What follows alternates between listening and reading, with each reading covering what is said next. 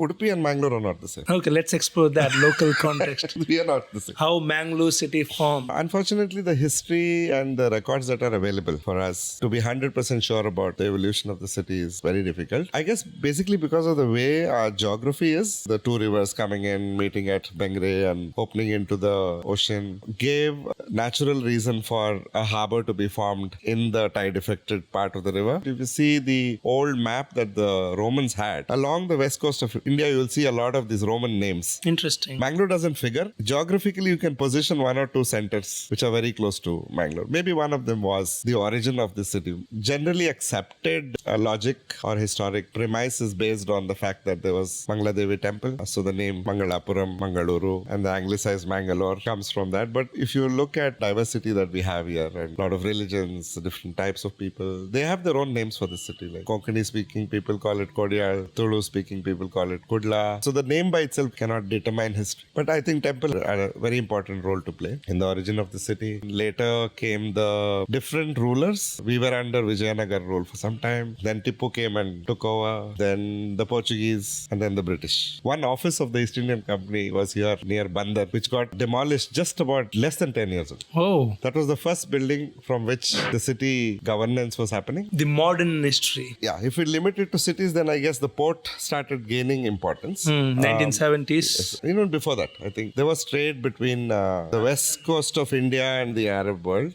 much before Vasco da Gama found the way around the Cape and brought in the colonizers, and hence the potatoes from South America. The old port is Bandar, from where there was trade happening between here and the Middle Eastern countries, and probably even some ports of call in Africa also. That's been happening for many, many centuries. Like otherwise, this place and those few names along the west coast wouldn't have found a place in a map that the Romans drew 2000 years ago. So I guess then the multiplicity and the plurality of the settlement, you had people from Kerala coming in addition to the original inhabitants of this place. You had the oppressed or the victims of the Inquisition, which pushed a lot of people who were resisting that towards the south and the north. Those people settled there. That's why you find Konkani. Even the ones who were converted, like you and me and our forefathers, there was another way of people who came down south from Goa because of another rule that was imposed on them, which forbid them to practice certain things. Like you couldn't celebrate harvest festival. And most of our forefathers, probably being farmers, couldn't accept that. And they said, okay, let's pack our bags and go south. So the settlement has had its waves of.